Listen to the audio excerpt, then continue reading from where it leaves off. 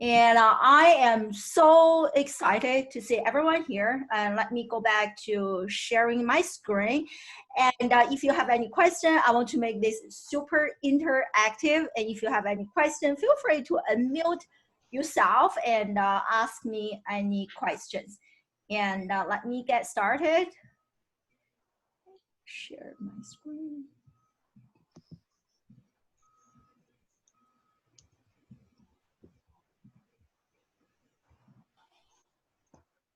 So welcome to my session, and we are here to talk about the missing links in education.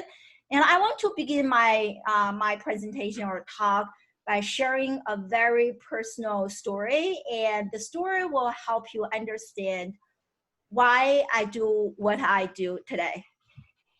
And so I grew up in China. I came to the US in my very early 20s, I think 21 years old.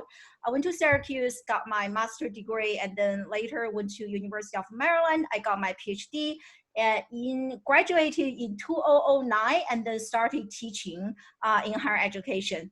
And I worked, taught in the classroom for 10 plus years.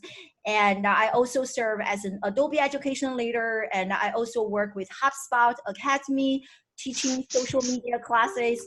And my work got featured on a few different places. And so I also speak on stage, and I travel to different countries. And my specialty is really in terms of understanding social media and creative technologies and ways that we can incorporate social media into the classroom as a learning device. And I'm a mom. I have 2 children, and they are really the reason that I do what I do today.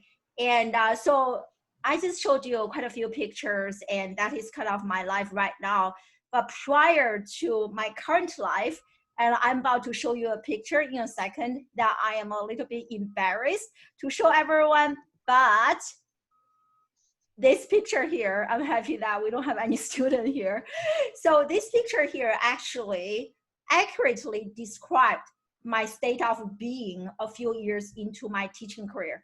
I was a depressed teacher, very depressed. And even to this day, and I still remember like every single semester, especially the last several years before I resigned, and I started to have more and more students who come to my office hours, and even while I was teaching online classes, they would call me, hey, Dr. I literally cry over the cell phone or in front of me, and quite a few reasons. And so let me stop. I don't really enjoy looking at this picture. And so where am I? Yes. And I literally cried with my students. And because most of my students, by the time they come to my classes, I teach like senior level classes, it is almost too late for me to help them. And students, they were like, I haven't learned anything. I'm so stressed out. Am I going to get an A? Am I going to get a B? And what is my GPA? Am I going to find a job? And also mental health has become a very big issue. So the number of students who really struggle with those things has really increased over the last several years. Oh, we have more people like me.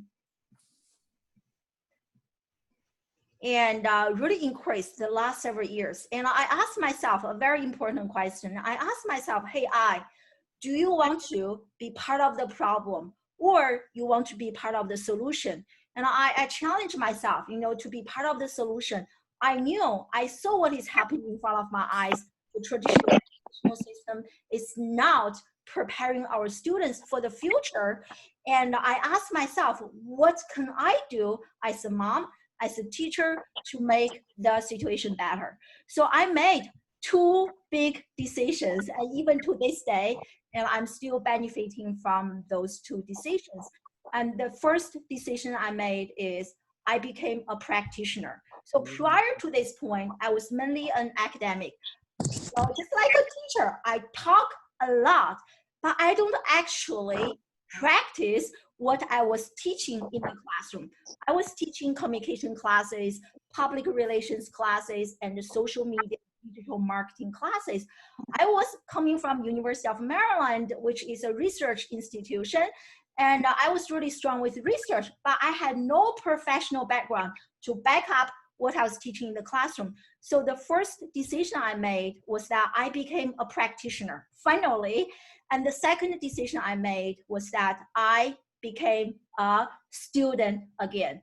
And which took me quite a few years to realize, my degree, the so-called terminal degree, is actually not terminal. I don't know how many of you actually resonating with that. Now, as I think about this, why a degree is called a terminal degree?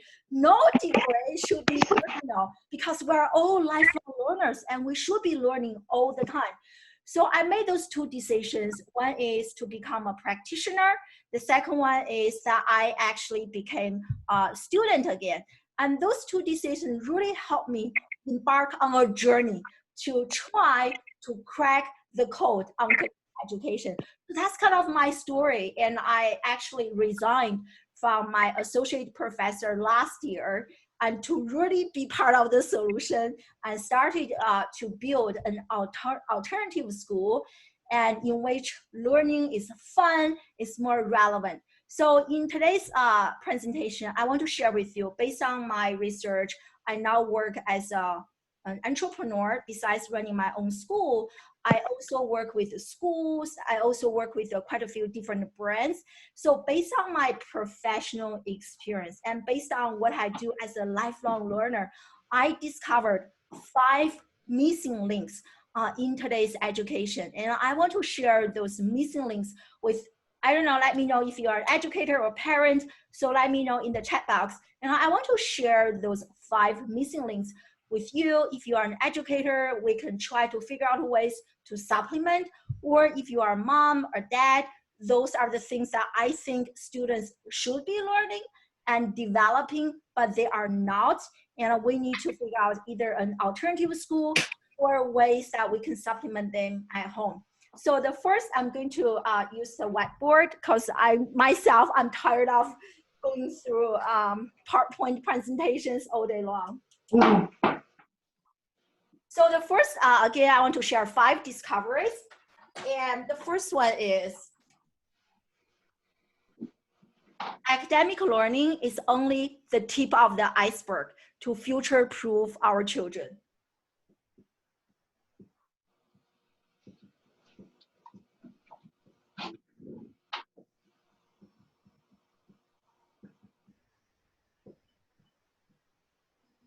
My handwriting is not the best. I hope you can see. So academic learning is the tip of the iceberg. And so after I made my career transition, every day I have lots of conversations with parents, and parents always ask me, hey, Dr. I, or even like with students, and if I want to become ready for the future, what should I do? And in their mind, most people are thinking about like how many A's, like how many degrees, my GPA. It seems to me that most people, like parents and like sometimes school leaders, and they tend to think academic learning or school-based learning as the only thing that our children need in order to be future ready. And I made this mistake myself. When my children were younger, I tend to ask them questions like, hey, like, how did you do today at school? And how many, check marks or, cross marks and things like that. I think we tend to ask questions all the time, that type of questions. And my favorite,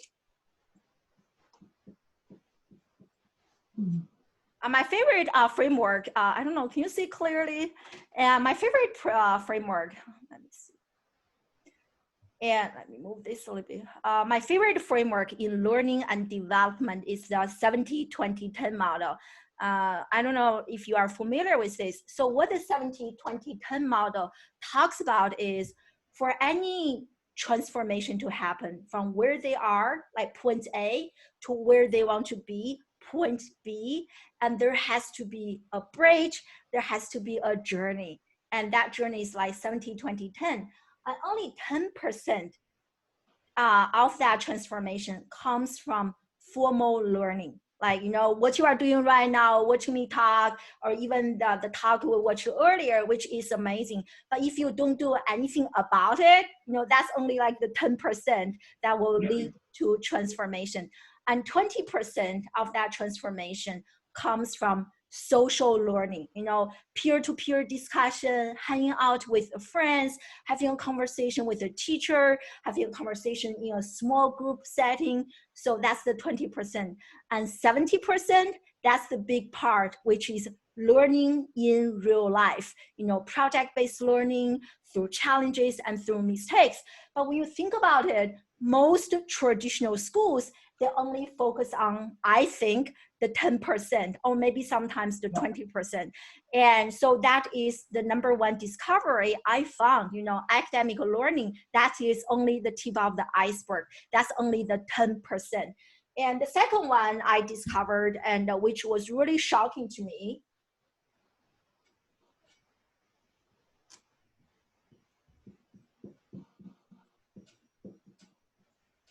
which is EQ, emotional intelligence, and so-called soft skills. They are actually a lot more, 2 times more predictive of a person's long-term success than IQ. And I want to repeat that one more time. And this doesn't come from me. And again, it's based on a solid body of research. Emotional intelligence and the so-called soft skills, they are 2 times more predictive of a person's success, long-term success, than IQ. And again, I feel like as parents, as educators, and many schools, we tend to only, there are so many IQ tests, assessment, this and that. That seems to be the sole focus of our education, and that is wrong, that we are missing the big picture. And in fact, I have some data I want to share with you. So there is a big study that came out and saying that as AI, artificial intelligence, and technology become more and more prevalent in our society, guess what? There is also an increasing demand for human skills. And I have it on my notebook, such as communication, listening, critical thinking, and interpersonal skills. And also, I'm a big fan of LinkedIn. So LinkedIn, the beginning of this year, let me know if you want to have the link to the article. So the beginning of this year, LinkedIn published an article. In that article, they listed top 5 soft skills that most companies want in 2020. They also listed the top 10 hard skills that most companies want, but they are really struggle to find qualified college grads. So under soft skills, they have creativity, persuasion, collaboration, adaptability, and emotional intelligence. And I'm going to share my screen one more time. And so this is actually a study that came out last year. And so the study is, yes. So it's published last year. It's called The Global Talent Trends. So in this report, and let me know if you're on the link, they highlighted 4 major trends that are transforming today's workplace. And guess what is number 1? That is number 1, soft. And I think, again, going back to I really need to be looking because I can do better. And I think going back to what I mentioned earlier, like most schools, let me stop sharing this.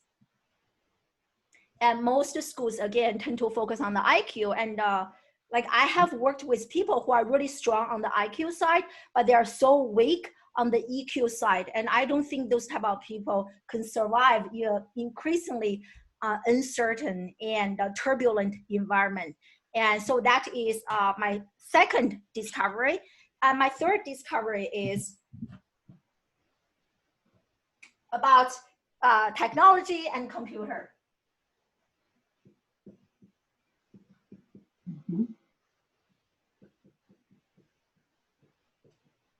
So digital natives, like our students, they have grown up with technology, smart devices.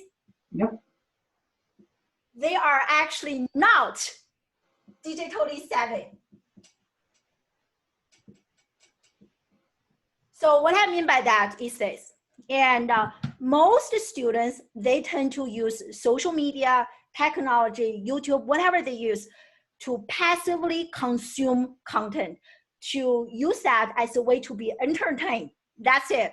And I have observed lots of students, and very few of them actually understand how to use, like, to host a webinar, to talk to the camera, to use whatever devices, technology they have to inspire, to educate, to entertain. They don't know because they have grown up with social media and technology as a way to socialize.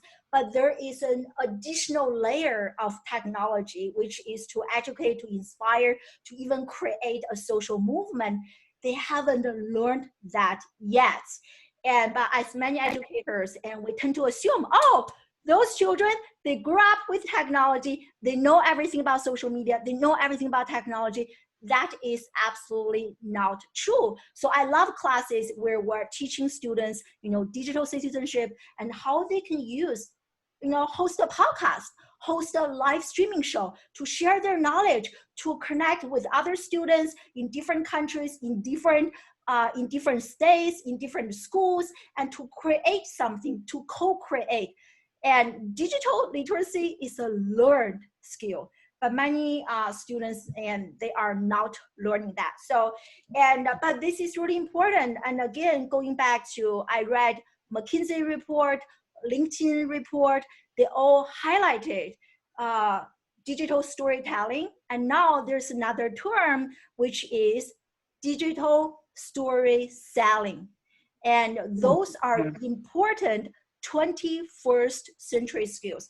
I'm not sure about you because I'm in the startup space. The last time someone asked me to give this person a resume was like, I don't know, quite a few years ago.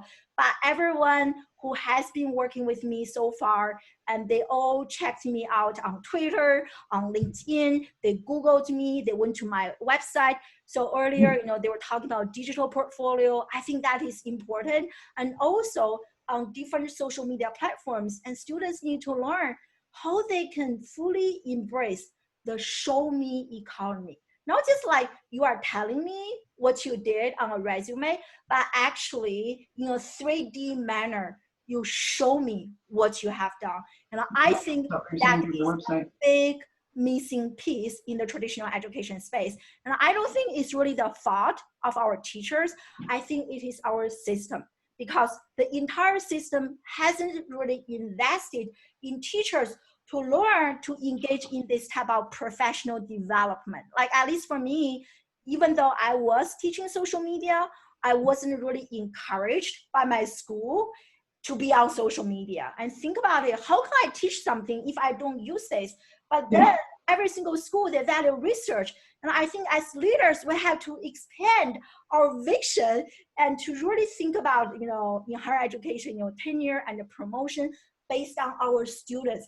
What is really good for our students, right? I'm not saying research is not important, it is, but besides research, there's also that layer of professional development. I think that is very missing in the traditional education space. So that is number 3. And do I need to hurry up a little bit? Okay, and so I'm going to discuss number 4. This is maybe my unpopular opinion.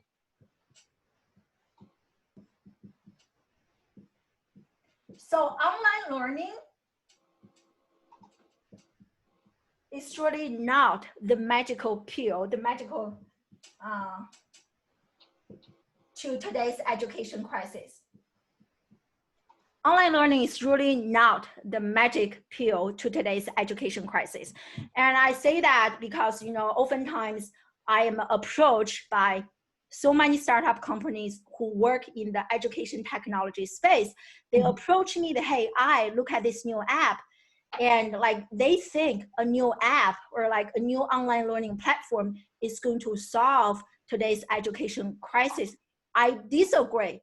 I think technology is not going to transform the students. It is the human being behind the technology, behind the computer screen that is going to transform our students. And I feel like in the traditional educational system, we do not have enough educators who kind of understand, how to add a human component to online learning and how to humanize online learning and how to make online learning more effective. And in fact, research has shown for the free MOOCs and online classes, the completion rate is as low as 15%. Wow. And I see myself as a lifelong learner, and I purchase online classes all the time. And guess what? So far, I think I bought 4 or 5 classes, and I finished 0. And the most important reason that I failed those classes was actually because there was no human being in the class. There was no sense of community, and just like a few pre-recorded videos. I don't think they work. And I think, online learning is becoming really popular, but online learning is now going to replace people like us, educators. And I see learning as a high touch and human emotional labor. And in fact, a few years ago, an education futurist from Harvard University, he actually predicted 50% of American colleges and universities will go bankrupt. Pretty scary number. Really? And, but he did mention, so in the article, and his argument is that online learning is a big factor that led to so many schools' bankruptcy. But he also mentioned in the same article, online learning is not going to replace the human touch. And I think that is something I didn't realize when I was first teaching online classes. I made everything digital.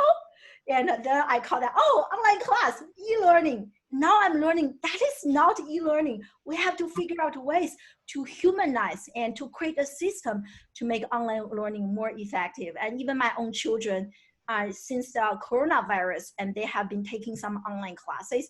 Mm-hmm. Some online classes are so bad. One class in particular, my 8-year-old, after the class, he started crying. And I think that's not, I don't know how many of you are actually education leaders, policymakers, and I think we need to invest in training, not developing more apps or more platforms, but actually educating and training our educators to understand how to better utilize what we already have. Again, going back to what I mentioned earlier, it is not the technology that is going to transform our students. It is actually the human being. So I want to share my screen with you real quick. And so to back up my point, what I mentioned earlier is, for example, this one, I want you to pay attention to the last sentence. So this one was actually a screenshot I took from one of my own undergraduate students last year. And the last sentence, she said that every online class I took, I had to drop because I wasn't engaged enough or I couldn't understand the teaching. And I'm proud to say that I'm doing great at this class. Talking my class. But at this point, I felt really hurt when I read that. Think about it, it's very expensive for our students to go to a school, but then for the online classes, they have to drop. So I really think online classes, I love online classes because you can really practice self-paced, self-directed learning. But again, we need more human beings who understand how to effectively teach online class to create a human learning environment, even though we are miles apart. And my last discovery I want to share with you is, and I truly believe the sage on the stage model is over. So I really think this model is over. And here, based on my experience and my learning and working with the different schools, and we look at a classroom, right? Not right now, but like after coronavirus, if we can go back to a classroom, and the classroom today, it's not that different from a classroom a few years ago, a few decades ago, and a century ago, right? Like really not much has changed. And so I have been thinking about this question a lot, and here are a few ways that I think we can really disrupt this old model, sage on the stage. Feel free to disagree with me and share with me your idea on this. So I think number one is that we need to reposition and how we perceive us as teachers.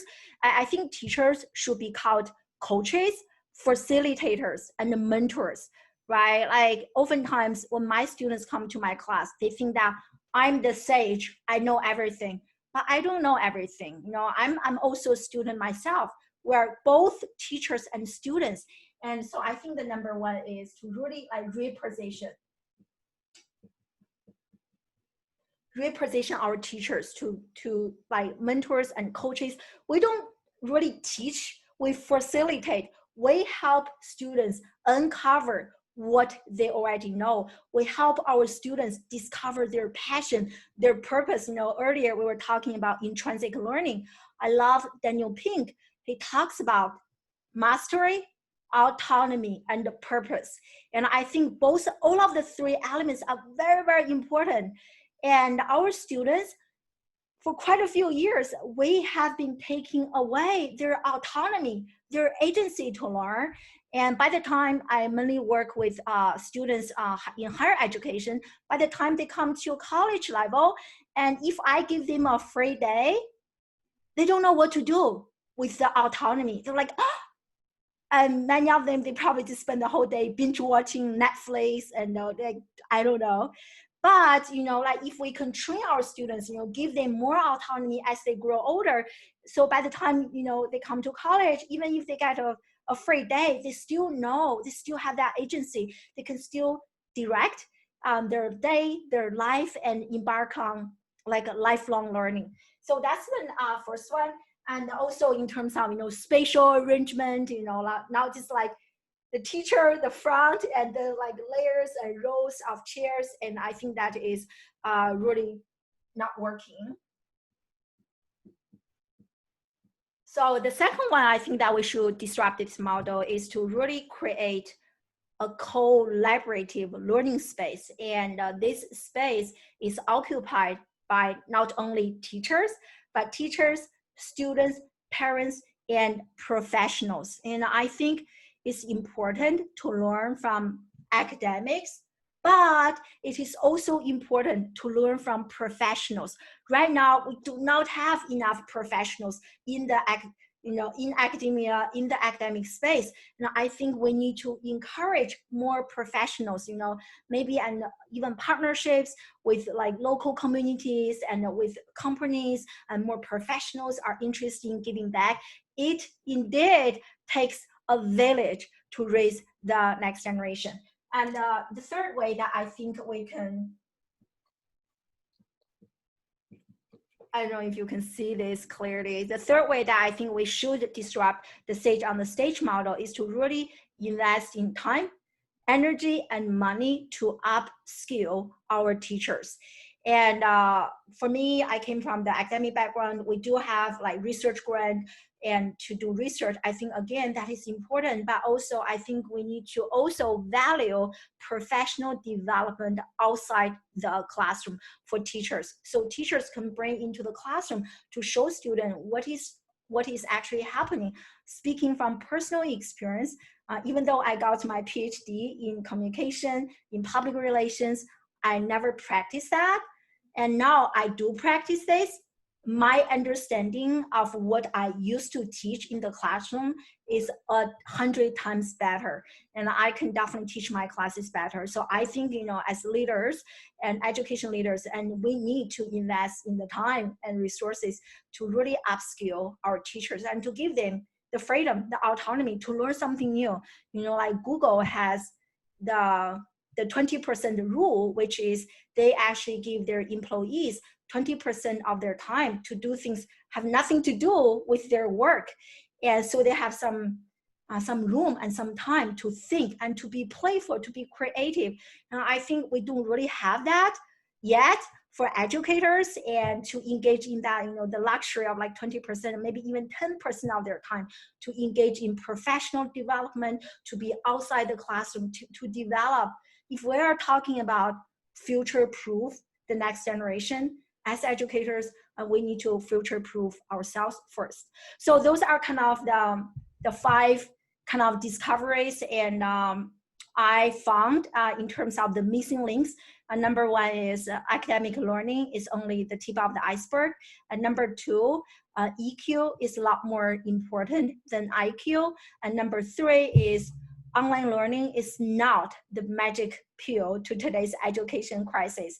Number 4, digital natives are not digitally savvy. Digital literacy is a learned skill.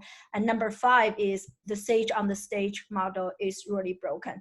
And so based on everything I shared, I actually kind of created a different model, which is what I use with my students nowadays. And I actually created this iceberg model. So this model is really to show the parents, like knowledge, whatever you think you teach, is really only the tip of the iceberg. And another big chunk that I try to help my students develop is actually life skills. And the third part, I think, is another missing piece in our education, which is to work on the self, to really discover what is your purpose in life, what is your calling, what do you want to do. I think that is the very first step to have a fulfilling career, because our career has to be designed based on our core value. When our career and our core value are aligned, and students will feel happier, they will have that intrinsic motivation to learn, to grow, and not just to survive, but actually thrive and flourish in any environment. So that's kind of my alternative solution. So that is everything. If you are interested in staying in touch with me, and I'm really active on different social media channels, and you can also email me. So that is everything I have for everyone. Do you want to talk about anything? Any questions? Oh my God, I missed a few people. What do you think? Anyone feel free to unmute?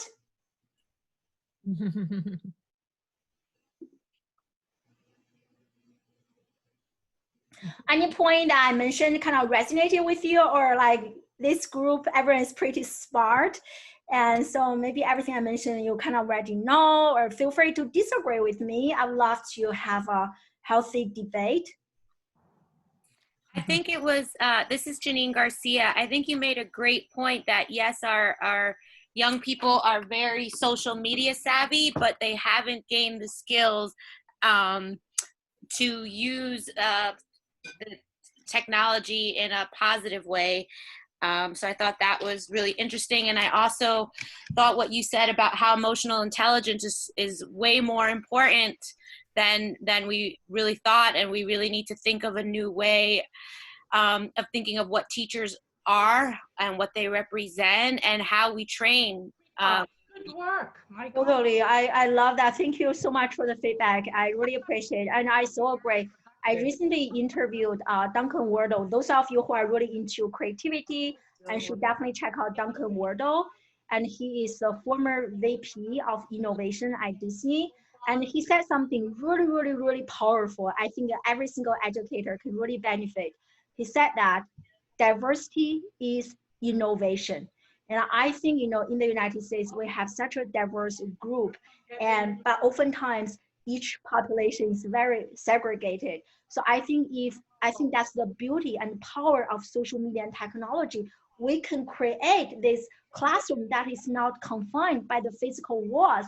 So we can really utilize that to bring in people, different skin colors from different countries, and let them be a part of the discussion. I have done this. I have done like cross-institutional Twitter chat with different schools. I have also done live streaming interviews with different students from different countries. And when we can introduce that level of diversity into the classroom, and we can really help our students to see things very differently, I think that is a great way to really cultivate and help them develop important life skills, communication, collaboration, and understanding. There are actually multiple realities, not just one reality. So yeah, I love that feedback. Yeah, thank you for sharing. After I was just going to make a comment and just say that I really appreciate the fact that you're so digitally savvy yourself, but yet not a proponent of just moving down this path of everything being online learning. And it's going to be so tempting for schools to do this because of such big cuts in education that ends in being in the middle of the pandemic, that we're just moving away from a lot of the human elements that we know our kids need. And so I don't know how to combat that or what that looks like for the future, but I think we're at a crossroads that there's going to be a lot of powerful push for way, way, way more online learning, and a lot of not very good, online Amen. I shared, like, literally my son just cried for half an hour after an online class. And I so agree. I so agree. I think for me, what really worked well in my online classes, which really takes lots of time. So I actually, I don't know if you all use Facebook group or Slack. So either using Facebook group or Slack or Twitter, I actually create an online learning group for every single class I teach. And I teach at small liberal arts college, so our classes are relatively small, so 25 students. I have done so many like video chat with my students, sometimes one-on-one, sometimes a group, like let's say that 8 a.m. in the morning, like, coffee chat, so everyone. So I try to really let my students get to know me as a human being, because so much research has shown when students are emotionally connected with a teacher, they are more interested in learning, right? So Maslow's hierarchy of needs has been revised. It's not like the physical needs is not the most fundamental. The most fundamental needs is actually love and connection. So think about it, for an online class, when there's no like that type of emotional connection, no wonder our students struggle. So I don't have a perfect solution for this. My classes, thank God, they are small, so I can really get to know students more. And through our online discussion, the Facebook I have created, so they met me, my husband, our cat, so they really get to know me. So I use whatever I have to try to nurture a sense of community. That has really helped. But I don't know if you have a class that is like, 200 students. I used to teach a class like that. I don't know what to do. But I think that's why we need to have smaller classes. But like, I so agree, we need to figure out whatever we can do to really instill that human, because learning is an emotional, it's an emotional journey. Get ready for your meeting. Thank you, David. Anyone else? You guys need a bathroom break before the next the closing keynote. Yeah. So yeah, someone sent me. Yes.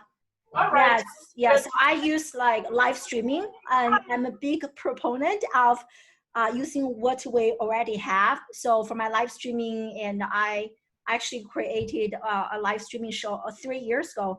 My intention was to be a better teacher. If you want, it doesn't matter. Maybe you are teaching writing, maybe you are teaching literature, and you can easily invite the professionals in your industry to do a like podcast interview, to do a live streaming interview. And I have done that, and students, they really loved networking through me, and also developing some digital skills that way. So yeah, but it is definitely lots of work. And I think if school leaders do not value that, it is just like, yeah, it is unfortunate, because I didn't start playing with those things until I got tenured. So before that, I was working on academic publication, even though I knew learning and developing myself more outside of the classroom will benefit my students. But again, that is not valued by the traditional evaluation system for college teachers.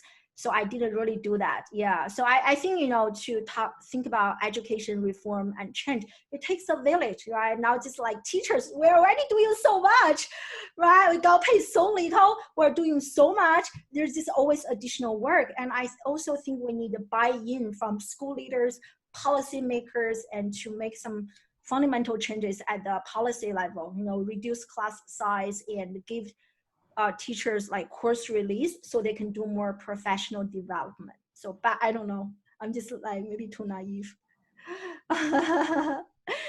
Thank you so much, everyone. I think I'm going to stop here so you can take a bathroom break. And I hope this session is beneficial to you. And feel free to connect with me on social media. I actually have 2 live streaming shows. One focuses on social media. The second one actually focuses on education. We discuss, disrupt, and debate education. So connect with me on Twitter, LinkedIn, all the social media channels. And thank you so much, everyone. Bye.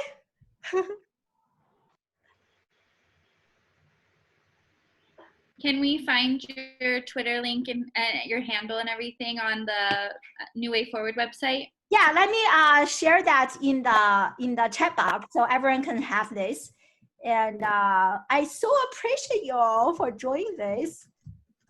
Thank you for sharing. It's pretty long. So at AIADD, oh, just my name, AIADDYSONZHANG. And so feel free to connect with me on Twitter, on LinkedIn. I'm all over the place. And I don't have time to talk about this. I mean, I'm so active online, and it's not just for me. Like my students, through me, they have networked with like editors at Forbes, and they have gained like internship opportunities, like really, really amazing. But it is lots of work. Yeah, yeah. So, I try to bring you guys some energy. Thank you so much, Paula. Yeah, yeah. Okay, great. I will see you at the main stage. Yeah. Bye. Bye.